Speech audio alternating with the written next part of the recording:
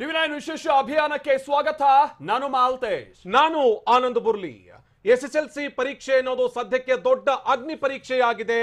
ವಿದ್ಯಾರ್ಥಿಗಳು ಪರೀಕ್ಷೆ ಬರೆಯೋದಾ ಅಥವಾ ಇಲ್ವಾ ಅನ್ನುವಂತಹ ಗೊಂದಲಕ್ಕೆ ಸಿಕ್ಕಾಕೊಂಡಿದ್ದಾರೆ. ಅದರ ಜೊತೆಗೆ ಸರ್ಕಾರಕ್ಕೂ ಕೂಡ ಒಂದು ರೀತಿಯಾಗಿ ದೊಡ್ಡದಾದಂತಹ ನಿರ್ಧಾರಕ್ಕೆ ಬರೋದಕ್ಕೆ ಸಾಧ್ಯ ಆಗ್ತಿಲ್ಲ. ಹಾಗಿದ್ರೆ ಒಟ್ಟಾರೆ ಎಸ್ಎಸ್ಎಲ್ಸಿ ಪರೀಕ್ಷೆ ಅನ್ನೋದು ಸರ್ಕಾರಕ್ಕೆ ಹಾಗೇನೆ ವಿದ್ಯಾರ್ಥಿಗಳಿಗೆ ಅದು ಹೇಗೆ ಅಗ್ನಿ ಪರೀಕ್ಷೆಯಾಗಿದೆ ಅನ್ನೋದನ್ನ ಪಿನ್ ಟು ಪಿನ್ ಆಗಿ ನಿಮಗೆ ಹೇಳ್ತಾ ಹೋಗ್ತೀವಿ. ಜೊತೆಗೆ ತಜ್ಞರ ಜೊತೆಗೆ ಚರ್ಚೆಯನ್ನು ನಡೆಸ್ತೀವಿ. ಅದಕ್ಕೂ ಮುನ್ನ ಈ ಹೊತ್ತಿನ ಹೆಡ್ಲೈನ್ಸ್ ಏನಿದೆ ಅಂತ ನೋಡೋಣ ಬನ್ನಿ. ಪ್ರತಿ ಕ್ಷಣದ ಸುದ್ದಿಗಾಗಿ ಟಿವಿ9 ಕನ್ನಡ ಚಾನೆಲ್ಗೆ ಸಬ್ಸ್ಕ್ರೈಬ್ ಆಗಿ ಬೆಲ್ ಐಕಾನ್ ಒತ್ತಿ. ನಿನ್ನೆ ತಮಿಳುನಾಡಿನಲ್ಲಿ ಎಸ್ಎಸ್ಎಲ್ಸಿ ಪರೀಕ್ಷೆಯನ್ನ ಕ್ಯಾನ್ಸಲ್ ಮಾಡಿ ವಿದ್ಯಾರ್ಥಿಗಳನ್ನ ನೇರವಾಗಿ ಪ್ರಮೋಟ್ ಮಾಡಲಾಗ್ತಾ ಇದೆ ಅನ್ನುವಂತ ವಿಚಾರ ಗೊತ್ತಾಗ್ತಾ ಇದೆ. ಹಾಗೆ ರಾಜ್ಯದಲ್ಲೂ ಕೂಡ ಹುಡುಗರು ಪೋಷಕರು ಏನಾದ್ರು ನಮ್ಮಲ್ಲೂ ಕ್ಯಾನ್ಸಲ್ ಆಗ್ಬಿಡುತ್ತಾ ಅನ್ನುವಂತ ಆಕಾಂಕ್ಷೆಯಲ್ಲಿ ಇರ್ತಿರೋ ಏನೋ. ಬಟ್ ಆತನ ಅಂತ ಯಾವುದೇ ನಿರೀಕ್ಷೆಗಳು ಬೇಡ. ರಾಜ್ಯದಲ್ಲಿ ಎಸ್ಎಸ್ಎಲ್ಸಿ ಪರೀಕ್ಷೆಗಳು ನಡೆಯುತ್ತವೆ. ನಾಡಿದ 25ನೇ ತಾರೀಕಿನಿಂದ ಆರಂಭ ಆಗ್ತಾ ಇದೆ, ಇದೇ ತಿಂಗಳ 25ನೇ ತಾರೀಕಿನಲ್ಲಿ. ಆದರೆ ಎಸ್ಎಸ್ಎಲ್ಸಿ ಪರೀಕ್ಷೆ ನಡೆಸೋದು ಸರ್ಕಾರಕ್ಕೆ ಅಷ್ಟೊಂದು ಈಸಿನಾ? 10ನೇ ಕ್ಲಾಸ್ ಎಕ್ಸಾಮ್ ನಡೆಸೋಕೆ ಎದುರಾಗಿರುವಂತ ನೂರಾರು ಸವಾಲುಗಳೇನು? ಪರೀಕ್ಷೆ ನಡೆಸೋದೇ ಆದ್ರೆ ಸರ್ಕಾರ ಮಾಡ್ಕೊಂಡಿರುವಂತ ತಯಾರಿಗಳೇನು? ಇದು ಪೋಷಕರು ಜೊತೆಗೆ ವಿದ್ಯಾರ್ಥಿಗಳು ನೋಡ್ಲೇಬೇಕಾದಂತಹ ಸುದ್ದಿ. ನಿಮ್ಮಲ್ಲಿ ಒಂದಷ್ಟು ಗೊಂದಲ ಇರುತ್ತೆ. ಬಹುಶಃ ಅಂತ ಗೊಂದಲಗಳಿಗೆ ನೀವು ಇಲ್ಲಿ ಎಲ್ಲಾ ರೀತಿಯಂತ ಅಭಿಪ್ರಾಯವನ್ನ ತಜ್ಞರಿಂದ ಸರ್ಕಾರದ ಮಟ್ಟದಲ್ಲಿ ಏನಾಗ್ತಾ ಇದೆ ಅನ್ನುವಂಥದ್ದೆಲ್ಲ ತಿಳ್ಕೊಂಡ ನಂತರದಲ್ಲಿ ಅದರದ್ದು ಗೊಂದಲ ಪರಿಹಾರ ಆಗ್ಬಹುದು. ಎಸ್ಎಸ್ಎಲ್ಸಿ ಮಕ್ಕಳ ಭವಿಷ್ಯ ಮತ್ತು ಆತಂಕದ ಕುರಿತು ಟಿವಿ9 ನಲ್ಲಿ ಒಂದು ವಿಸ್ತೃತವಾದಂತಹ ಚರ್ಚೆ ನಡೆಯುತ್ತೆ. ಬಹಳಷ್ಟು ಮಾಹಿತಿಯನ್ನ ನಿಮ್ಗೆ ಕೊಡ್ತೀವಿ. ಎಸ್ಎಸ್ಎಲ್ಸಿ ಪರೀಕ್ಷೆಯನ್ನ ನಡೆಸೋದು ಸಹಜವಾಗಿ ನೀವೆಲ್ಲ ಅಂದ್ಕೊಂಡಿರೋ ಹಾಗೆ ಬಹಳ ಸುಲಭದ ವಿಚಾರ ಅಂತೂ ಅಲ್ಲ. ಬಟ್ ಸರ್ಕಾರ ಇದನ್ನ ಹೇಗೆ ಎದುರಿಸೋದಕ್ಕೆ ಸಿದ್ಧ ಆಗಿದೆ ಅದನ್ನ ನೀವು ತಿಳ್ಕೊಳ್ಬೇಕಾಗುತ್ತೆ. ಆಗ ನಿಮ್ಗೆ ಮಕ್ಕಳನ್ನ ಎಕ್ಸಾಮ್ಗೆ ಕಳಿಸ್ಕೊಡೋದಕ್ಕೆ ಒಂದು ಕಾನ್ಫಿಡೆನ್ಸ್ ಕೂಡ ಬರುತ್ತೆ. ಪರೀಕ್ಷೆ ನಡೆಸೋದಕ್ಕಂತೂ ಈಗ ಸರ್ಕಾರ ಸಿದ್ಧ ಆಗಿದೆ. ನಾನು ಅದಕ್ಕೆ ಹೇಳಿದ್ದು, ಈಗ ತಮಿಳುನಾಡು, ಪಾಂಡಿಚೇರಿ, ಅದಾದ ನಂತರದಲ್ಲಿ ಪಂಜಾಬ್, ತೆಲಂಗಾಣದಲ್ಲೂ ಕೂಡ ಎಸ್ಎಲ್ಸಿ ಪರೀಕ್ಷೆಗಳು ರದ್ದಾಗಿದೆ. ಹಾಗಂತ ಸರ್ಕಾರಕ್ಕಿರುವಂತಹ ಸವಾಲು, ವಾಸ್ತವ ಸ್ಥಿತಿಗತಿ ಇದನ್ನೆಲ್ಲ ನಾವು ನೋಡಿದಂತಹ ಸಂದರ್ಭದಲ್ಲಿ ಇಲ್ಲಿ ತನಕ ಅಂತೂ ಸರ್ಕಾರ ಬಹಳ ಸ್ಪಷ್ಟವಾಗಿದೆ, ಎಕ್ಸಾಮ್ ಮಾಡ್ತೀವಿ ಅನ್ನುವಂತ ವಿಚಾರವಾಗಿ ಅದಕ್ಕೆ ತಯಾರಿನೂ ಕೂಡ ಆಗಿದೆ. ಆದ್ರೆ ಮಕ್ಕಳ ಭವಿಷ್ಯದ ಆತಂಕ ಪೋಷಕರಿಗಿದ್ದೇ ಇದೆ. ಅದು ಪರೀಕ್ಷೆ ಬರಿದೇ ಹೋದ್ರೆ ಏನ್ ಸಮಸ್ಯೆ ಆಗುತ್ತೆ ಅನ್ನುವಂಥದ್ದು ಒಂದು ಆತಂಕ, ಪರೀಕ್ಷೆಗೆ ಕಳಿಸ್ಬಿಟ್ರೆ ಏನಾಗ್ಬಿಡುತ್ತೆ ಅನ್ನುವಂತ ಆತಂಕ. ಹೀಗಾಗಿ ಎಲ್ಲ ಆತಂಕಗಳಿಗೆ ತೆರೆ ಎರೆಯುವಂತ ಪ್ರಯತ್ನ, ಜೊತೆಗೆ ನಿಮ್ಮಲ್ಲಿ ಇರುವಂತ ಕೆಲವೊಂದಷ್ಟು ಆತಂಕಗಳು ಅದು ವಾಸ್ತವದಲ್ಲಿದ್ದು ಸರ್ಕಾರದ ಗಮನಕ್ಕದು ಬರದೇ ಹೋಗಿ ದೊಡ್ಡ ಸಮಸ್ಯೆಗಳಾಗಬಾರ್ದು. ಈ ಕಾರಣಕ್ಕಾಗಿ ಅದನ್ನ ಸರ್ಕಾರಕ್ಕೆ ಮುಟ್ಟಿಸುವಂತ ಪ್ರಯತ್ನವನ್ನು ಕೂಡ ಟಿವಿ9 ಮಾಡುತ್ತೆ.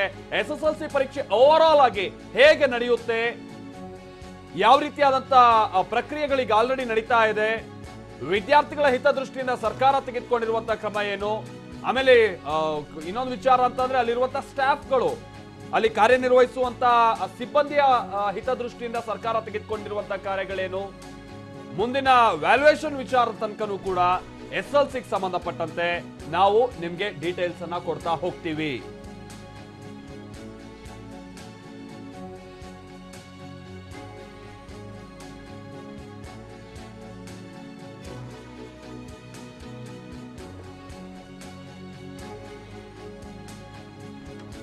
ಇನ್ನು ಎಸ್ಎಸ್ಎಲ್ಸಿ ಪರೀಕ್ಷೆಯನ್ನು ನಡೆಸೋದು ಅಷ್ಟು ಸುಲಭದ ಮಾತಲ್ಲ ಅನ್ನುವಂತ ವಿಚಾರವನ್ನ ನೋಡ್ತಾ ಹೋಗ್ತಾ ಇದ್ವಿ. ಯಾಕೆ ಸುಲಭ ಅಲ್ಲ? ಈ ಬಾರಿಯ ಎಸ್ಎಸ್ಎಲ್ಸಿ ಪರೀಕ್ಷೆ ಅನ್ನೋದು ದೊಡ್ಡ ಮಟ್ಟದ ಅಗ್ನಿ ಪರೀಕ್ಷೆ. ಇದು ಇತ್ತ ವಿದ್ಯಾರ್ಥಿಗಳಿಗೆ ಪರೀಕ್ಷೆ ನಡೆಯುತ್ತೋ ನಡೆಯೋದಿಲ್ವೋ ಅನ್ನುವಂತಹ ಗೊಂದಲ, ಅತ್ತ ಸರ್ಕಾರಕ್ಕೆ ಪರೀಕ್ಷೆ ನಡೆದ್ರೂ ಕೂಡ ಯಾವ ರೀತಿಯಾಗಿ ನಡೆಸಬೇಕು ಅನ್ನುವಂತಹ ದೊಡ್ಡ ಮಟ್ಟದ ಸವಾಲೊಂದು ಎದುರಾಗಿದೆ. ಹಾಗಿದ್ರೆ ಸರ್ಕಾರಕ್ಕೆ ಎದುರಾಗಿರುವಂತಹ ಸವಾಲೇನು? ವಿದ್ಯಾರ್ಥಿಗಳಿಗೆ ಕಾಡ್ತಾ ಇರುವಂತಹ ಗೊಂದಲ ಯಾವ ರೀತಿಯದ್ದು? ಯಾಕೆ ಅಂತ ಹೇಳಿದ್ರೆ ಪರೀಕ್ಷೆ ಇರುತ್ತೋ ಇರಲ್ವೋ ಅನ್ನುವಂಥ ಗೊಂದಲ ಈಗಲೂ ಕೂಡ ವಿದ್ಯಾರ್ಥಿಗಳಲ್ಲಿದೆ. ಸರ್ಕಾರ ಏನೋ ದೃಢ ನಿರ್ಧಾರವನ್ನು ತೆಗೆದುಕೊಂಡು ಆಯ್ತು ನಾವು ಪರೀಕ್ಷೆಯನ್ನ ನಡೆಸಿಯೇ ತೀರ್ತೀವಿ. ಇನ್ನು ಶಿಕ್ಷಣ ಸಚಿವ ಇಲ್ಲಿ ಸುರೇಶ್ ಕುಮಾರ್ ಹೇಳ್ತಿರೋ ಹಾಗೆ ನಾವು ತೀರಾ ದೂರಕ್ಕೆ ಬಂದಿದ್ದೀವಿ ಅಥವಾ ತೀರಾ ದೂರದಲ್ಲಿದ್ದೀವಿ ಎನ್ನುವಂತ ಮಾತನ್ನು ಹೇಳ್ತಾ ಇದ್ದಾರೆ. ಹಾಗಾಗಿ ಸರ್ಕಾರ ಇಲ್ಲಿ ಪರೀಕ್ಷೆ ನಡೆಸೋದು ಬಹುತೇಕ ಖಚಿತ ಆದರೂ ಕೂಡ ಯಾವ ರೀತಿಯಾದಂಥ ಮುಂಜಾಗ್ರತೆ ಕ್ರಮವನ್ನು ವಹಿಸಿಕೊಳ್ಳೋದಕ್ಕೆ ಸಾಧ್ಯ ಆಗುತ್ತೆ, ಯಾವ ರೀತಿಯಾದಂತಹ ಸಾಮಾಜಿಕ ಅಂತರ, ಮತ್ತೊಂದು ಮಗದೊಂದು, ಇಲ್ಲಿ ಅಷ್ಟು ಸುಲಭದ ಮಾತಾ? ಯಾಕೆ ಅಂತ ಹೇಳಿದ್ರೆ ಕೊರೋನಾ ತಾಂಡವ ಆಡ್ತಾ ಇರುವಂತ ಇಂತಹ ಸಂದರ್ಭದಲ್ಲಿ ಎಸ್ಎಸ್ಎಲ್ಸಿ ಪರೀಕ್ಷೆ ನಡೆಸೋದು ಸುಲಭದ ಮಾತಂತೂ ಅಲ್ಲವೇ ಅಲ್ಲ. ಕರ್ನಾಟಕದ ಮಟ್ಟಿಗಿನ ಶಾಲಾ ಕೊಠಡಿಗಳ ಸಂಖ್ಯೆ, ಜೊತೆಗೆ ಕರ್ನಾಟಕದಲ್ಲಿರುವಂತಹ ಶಾಲಾ ಕೊಠಡಿಗಳ ಸದ್ಯದ ಪರಿಸ್ಥಿತಿ, ಅದರ ಜೊತೆಗೇನೆ ಶಿಕ್ಷಣ ಇಲಾಖೆಯಲ್ಲಿರುವಂತಹ ಸಿಬ್ಬಂದಿ, ಇವಷ್ಟನ್ನು ನೋಡಿದಂತಹ ಸಂದರ್ಭದಲ್ಲಿ ಈ ಬಾರಿಯ ಪರೀಕ್ಷೆಯನ್ನು ನಡೆಸೋದು ಅಷ್ಟು ಸುಲಭದ ಮಾತಲ್ಲ ಅನ್ನುವಂತ ವಿಚಾರವನ್ನ ತಜ್ಞರು ಹೇಳ್ತಾ ಇದ್ದಾರೆ. ಹೀಗಾಗಿ TV9 ಕಂಪ್ಲೀಟ್ ಆದಂತ ರಿಪೋರ್ಟ್ ಇಲ್ಲಿ ಇದು ಕೇವಲ ಅವ್ರು ಹೇಳಿದ್ದು ಇವ್ರು ಹೇಳಿದ್ದು ಅನ್ನುವಂತ ಮಾತಲ್ಲ. ಶಿಕ್ಷಣ ತಜ್ಞರು ಏನು ಹೇಳ್ತಾರೆ, ಪೋಷಕರು ಏನು ಹೇಳ್ತಾರೆ, ವಿದ್ಯಾರ್ಥಿಗಳ ಮನಸ್ಸಿನಲ್ಲಿ ಸದ್ಯಕ್ಕೆ ಇರುವಂತ ಗೊಂದಲ ಯಾವ ರೀತಿಯದ್ದು, ಪರೀಕ್ಷೆ ನಡೆಸುವಂತ ವಿಚಾರಕ್ಕೆ ವೈದ್ಯರು ಏನು ಹೇಳ್ತಾರೆ, ಹಾಗೇನೆ ಶಾಲಾ ಆಡಳಿತ ಮಂಡಳಿ ಕಂಪ್ಲೀಟ್ ಆಗಿ ಪರೀಕ್ಷೆಯನ್ನು ನಡೆಸೋದಕ್ಕೆ ಇಲ್ಲಿ ಅನುವು ಮಾಡಿಕೊಡುವಂತ ನಿಟ್ಟಿನಲ್ಲಿ ಸಿದ್ಧತೆಯನ್ನ ಮಾಡಿಕೊಂಡಿದೆಯಾ, ಈ ಎಲ್ಲ ವಿಚಾರಕ್ಕೆ ಸಂಬಂಧಪಟ್ಟ ಹಾಗೆ ವಿಸ್ತೃತವಾದಂತ ಚರ್ಚೆಯನ್ನ ಮಾಡ್ತೀವಿ. ಅವರ ಬಳಿಯಲ್ಲಿ ಅಭಿಪ್ರಾಯವನ್ನ ಪಡಿತೀವಿ. ಈ ಒಟ್ಟು ಅಭಿಪ್ರಾಯ ಸರ್ಕಾರಕ್ಕೆ ಎಲ್ಲೋ ಒಂದು ಕಡೆಗೆ ಗೈಡ್ಲೈನ್ಸ್ ರೀತಿಯದ್ದು. ಯಾಕೆ ಅಂತ ಹೇಳಿದ್ರೆ ಇಲ್ಲಿ ಒಟ್ಟು ಅಭಿಪ್ರಾಯ ಬರ್ತಾ ಇರೋದು ಇಡೀ ಶಿಕ್ಷಣ ವ್ಯವಸ್ಥೆ, ಅದರ ಜೊತೆಗೆ SSLC ಪರೀಕ್ಷೆ ನಡೆಸುವಂತ ಅಷ್ಟು ವ್ಯವಸ್ಥೆ ಏನಿದೆ ಆ ವ್ಯವಸ್ಥೆಯ ಒಟ್ಟು ಅಭಿಪ್ರಾಯ ಆಗಿರುತ್ತೆ. ಇದೇ ಕಾರಣಕ್ಕಾಗಿ ಸಾಕಷ್ಟು ಗೊಂದಲದ ನಡುವೆಯೂ ಕೂಡ ಪರೀಕ್ಷೆ ನಡೆಯೋದು ಬಹುತೇಕ ಖಚಿತ. ಇಲ್ಲಿ ಇನ್ನೊಂದು ವಿಚಾರ ಅಂತಂದ್ರೆ SSLC ಪರೀಕ್ಷೆಯನ್ನ ನಡೆಸೋದಕ್ಕೆ ಬಹಳ ಸವಾಲುಗಳಿದೆ. ಬಹಳ ಏನು ಸುಲಭವಾಗಿ ಎಕ್ಸಾಮ್ ನಡೆಸೋದಕ್ಕಾಗಲ್ಲ. ಶಿಕ್ಷಣ ಸಚಿವರೇನೋ ಇಲ್ಲ ನಾವು ನಡೆಸ್ಬಿಡ್ತೀವಿ ಎಲ್ಲ ವ್ಯವಸ್ಥೆ ಮಾಡ್ಕೊಂಡಿದೀವಿ ಅಂತ ಹೇಳಿದ್ರು ಕೂಡ ಅಷ್ಟೊಂದು ಸುಲಭ ಅಲ್ಲ. ಇಷ್ಟು ವರ್ಷ ನಡೆಸಿದಂತೆ ಕೊರೋನಾ ಟೈಮ್ ನಲ್ಲಿ ಈಗ ಪರೀಕ್ಷೆ ನಡೆಸೋದಿದೆಯಲ್ಲ ಇದು ಬಹಳ ಕಷ್ಟ. ನಿಮ್ಗೆಲ್ಲ ಗೊತ್ತಿರ್ಲಿ, ಎಲ್ಲ ಅಂದ್ಕೊಂಡಂಗಾಗಿದ್ರೆ ಮಾರ್ಚ್ ಎಂಡ್ ಅಥವಾ ಏಪ್ರಿಲ್ ಆರಂಭಿಕ ಭಾಗದಲ್ಲೇ ಎಕ್ಸಾಮ್ ಎಲ್ಲ ಮುಗಿದು ಹೋಗ್ಬೇಕಾಗಿತ್ತು. ಬಟ್ ಹೆಚ್ಚು ಕಡಿಮೆ ಈ ಬಾರಿ 1.5 ತಿಂಗಳು ಎಕ್ಸಾಮ್ ಮುಂದಕ್ಕೆ ಹೋಗಿದೆ. ಮಕ್ಕಳ ಭವಿಷ್ಯಕ್ಕೂ ಕುತ್ತಾಗಬಹುದು, ಮಕ್ಕಳ ಆರೋಗ್ಯದ ಮೇಲೂ ಕುತ್ತಾಗಬಹುದು ಈ ತರಣ ಅಂತ ಒಂದು ಸಂದಿಗ್ಧ ಸ್ಥಿತಿ. ಇದನ್ನ ಹೇಗೆ ಈಗ ಈ ಬಾರಿ ಶಿಕ್ಷಣ ಇಲಾಖೆ ಎದುರಿಸುತ್ತೆ ಅನ್ನುವಂಥದ್ದು, ಅದರಲ್ಲೂ ಪ್ರಮುಖವಾಗಿ ಸಚಿವರು ತೆಗೆದುಕೊಂಡಿರುವಂತಹ ನಿರ್ಧಾರದಿಂದಾಗಿ ಏನಾದ್ರೂ ಸಮಸ್ಯೆಗಳಾಗ್ಬಿಡುತ್ತಾ ಅನ್ನುವಂಥದ್ದೇ ಇರುವಂತಹ ಆತಂಕ.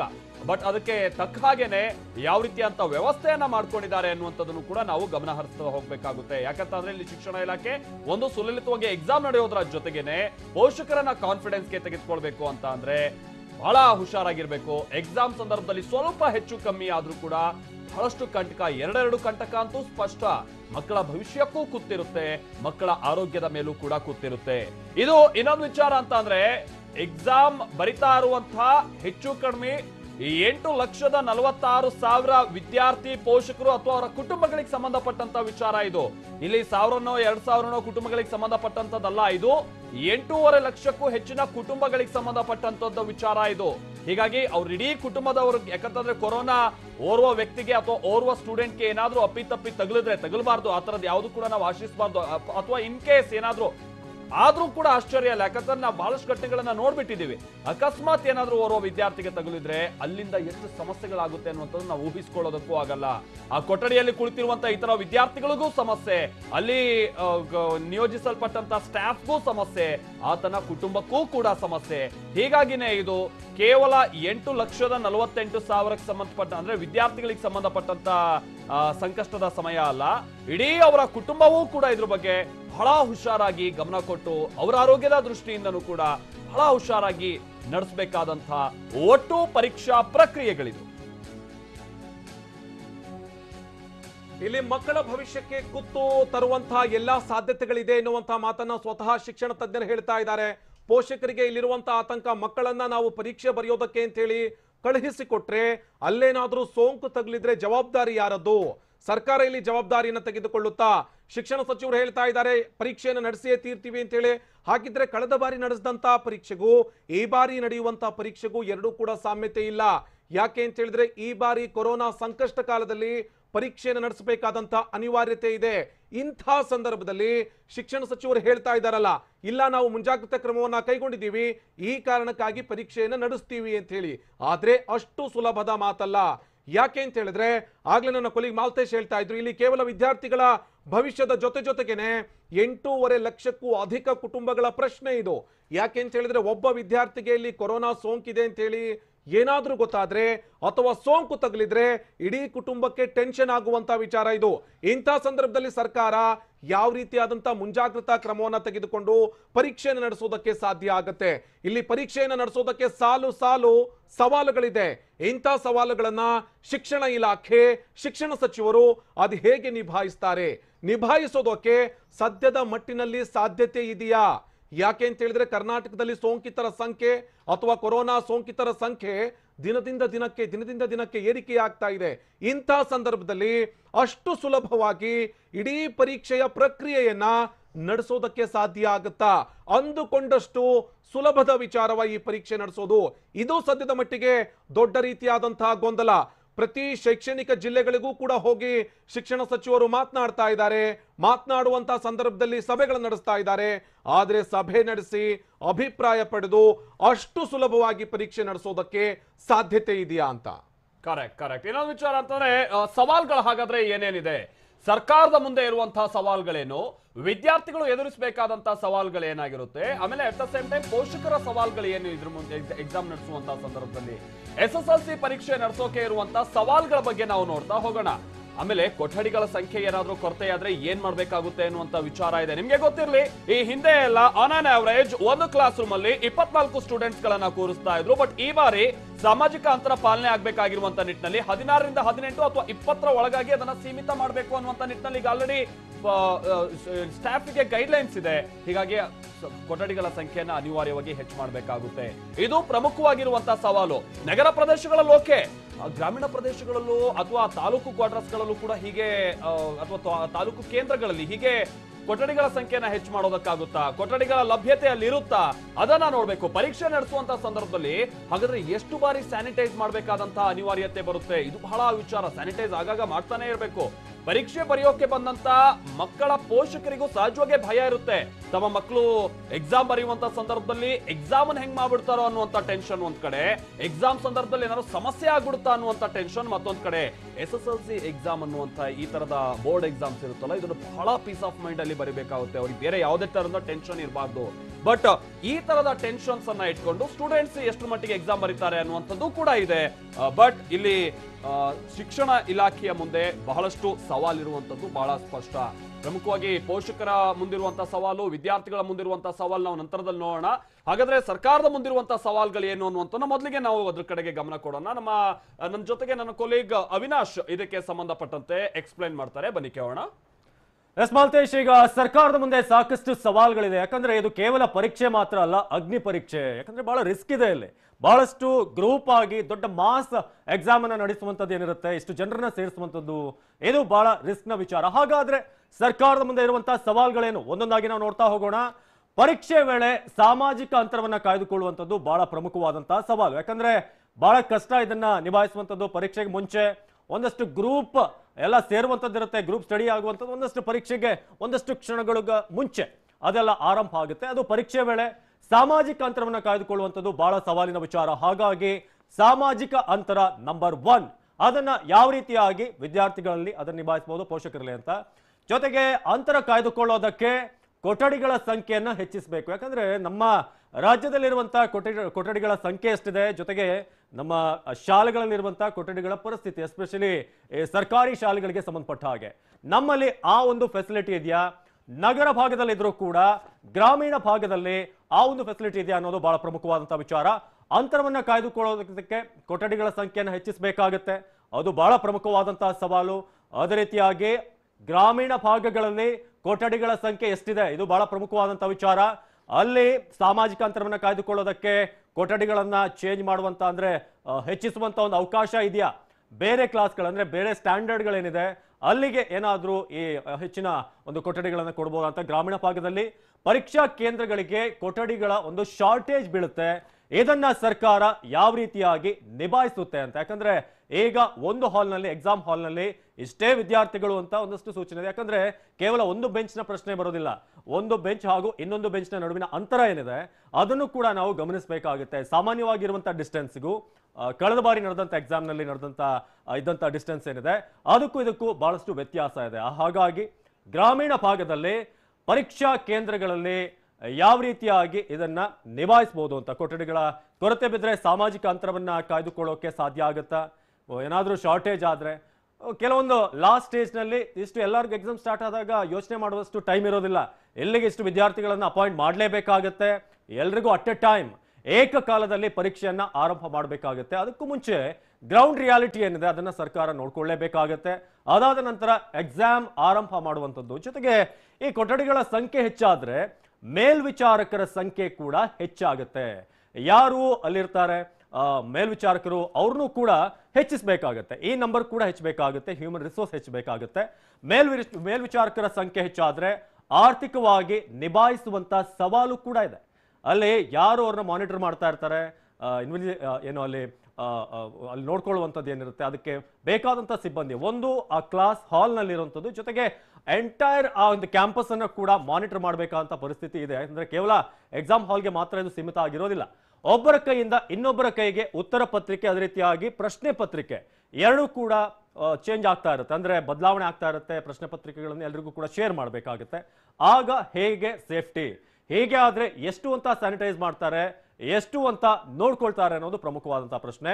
ಪರೀಕ್ಷಾ ಕೊಠಡಿಗಳ ಸಂಖ್ಯೆ ಹೆಚ್ಚಿಗೆ ಇದ್ರೂ ಕೂಡ ಶೌಚಾಲಯ ಕಡಿಮೆ ಇದ್ರೆ ಅದು ಕೂಡ ಸಮಸ್ಯೆ ಆಗುತ್ತೆ. ಎಲ್ಲರೂ ಕೂಡ ಕಾಮನ್ ಆಗಿ ಅದೇ ಟಾಯ್ಲೆಟ್ ಅನ್ನ, ಅದೇ ಶೌಚಾಲಯವನ್ನ ಯೂಸ್ ಮಾಡಬೇಕಾಗುತ್ತೆ. ಒಬ್ಬರು ಬಳಸುವಂತ ಟಾಯ್ಲೆಟ್ ಅನ್ನ ಇನ್ನೊಬ್ಬರು ಬಳಸೋದ್ರಿಂದ ಕೂಡ ಸಾಕಷ್ಟು ತೊಂದರೆ ಇದೆ. ಸೊ ಇದು ಇಷ್ಟೆಲ್ಲ ಒಂದಷ್ಟು ಪ್ರಾಥಮಿಕವಾಗಿ ಬೇಸಿಕ್ ಆಗಿರುವಂತಹ ಸವಾಲುಗಳು. ಮಕ್ಕಳಿಗೆ ಟಾಯ್ಲೆಟ್ ಮೂಲಕ ಸೋಂಕು ಹರಡುವಂತ ಭೀತಿ ಪೋಷಕರಿಗೂ ಕೂಡ ಇದೆ. ಸೊ ಇಷ್ಟೆಲ್ಲ ಸವಾಲಿದೆ. ಆನಂದ್, ಈಗ ಸದ್ಯಕ್ಕೆ ಮಾಲ್ತೇಶ್ ಇಬ್ಬರಿಗೂ ಕೂಡ ನಾವು ತಿಳಿಸೋದಾದ್ರೆ ಇದು ಬಹಳ ಬೇಸಿಕ್ ಆಗಿರುವಂತಹ ಒಂದಷ್ಟು ಸವಾಲುಗಳು. ಇನ್ನೊಂದಷ್ಟು ಕೂಡ ನಾವು ಹೇಳ್ತಾ ಹೋಗ್ತೀವಿ. ಓಟು ಆನಂದ್. ಖಂಡಿತ ಅವಿನಾಶ್, ಇಲ್ಲಿ ಯಾಕೆ ಅಂತ ಹೇಳಿದ್ರೆ ಕೊಠಡಿಗಳ ಸಂಖ್ಯೆಯನ್ನು ತೆಗೆದುಕೊಳ್ತಾ ಹೋದ್ರೆ ಅಥವಾ ಗ್ರಾಮೀಣ ಭಾಗದಲ್ಲಿ ಈ ಕೊಠಡಿಗಳ ಸಂಖ್ಯೆಯನ್ನು ಯಾಕೆ ನಾವು ಇಲ್ಲಿ ಒತ್ತಿ ಹೇಳ್ತಾ ಇದ್ದೀವಿ ಅಂತ ಹೇಳಿದ್ರೆ, ಇಡೀ ಸೆಂಟರ್ಗಳಲ್ಲಿ ಒಂದೊಂದು ಶಾಲೆಗಳಲ್ಲಿ 2 ಕೊಠಡಿಗಳು ಮಾತ್ರ ಇದೆ. ಇಂಥ ಸಂದರ್ಭದಲ್ಲಿ ಸಾಮಾಜಿಕ ಅಂತರವನ್ನ ಕಾಪಾಡಿಕೊಂಡು ಪರೀಕ್ಷೆ ನಡೆಸೋದಕ್ಕೆ ಸಾಧ್ಯ ಇದೆಯಾ?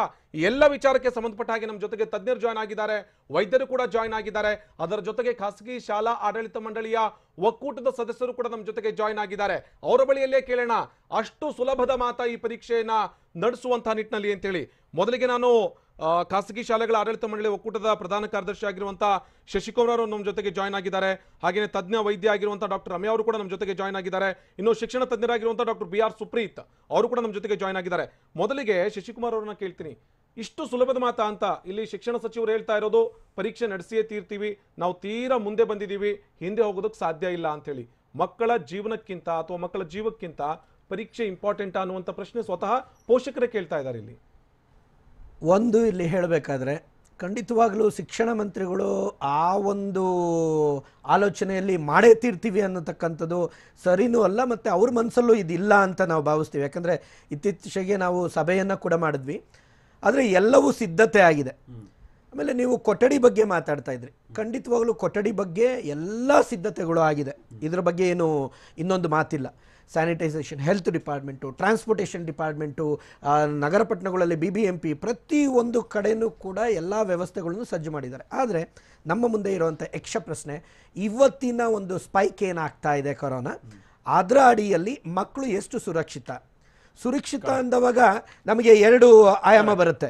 ಅಲ್ಲ, ಒಂದು ನಿಮಿಷ, ಇದು ಬಹಳ ಇಂಪಾರ್ಟೆಂಟ್ ವಿಚಾರ, ಸುರಕ್ಷತೆ. ಅಲ್ಲ, ಒಂದು ನಿಮಿಷ ನಮಗೆ ನೀವು ಕರೆದ ಮೇಲೆ ನಮ್ಮ ಅಭಿಪ್ರಾಯವನ್ನು ಸ್ಪಷ್ಟವಾಗಿ ಹೇಳೋದಕ್ಕೆ ಬಿಡಿ. ಬಟ್ ನಾವು ಎಕ್ಸಾಮ್ ನೀವು ರೆಡಿ ಆಗಿದ್ದೀರಾ ಅನ್ನೋದು ಬೇಕಾಗಿತ್ತು. ಮೊದಲಿಗೆ ಹಂತದಲ್ಲಿ ರೆಡಿ ಆಗಿದ್ದೀರಾ, ಒಟ್ನಲ್ಲಿ ನೀವು ರೆಡಿ ಆಗಿದ್ದೀರಾ, ಸರ್ಕಾರ ರೆಡಿ ಆಗಿದೆ. ಹೌದು, ಮಕ್ಕಳು ರೆಡಿ ಆಗಿದ್ದಾರೆ, ಶಿಕ್ಷಣ ಸಂಸ್ಥೆಗಳು ಕೂಡ ರೆಡಿ ಆಗಿವೆ, ಸರ್ಕಾರನೂ ಕೂಡ ರೆಡಿ ಆಗಿದೆ.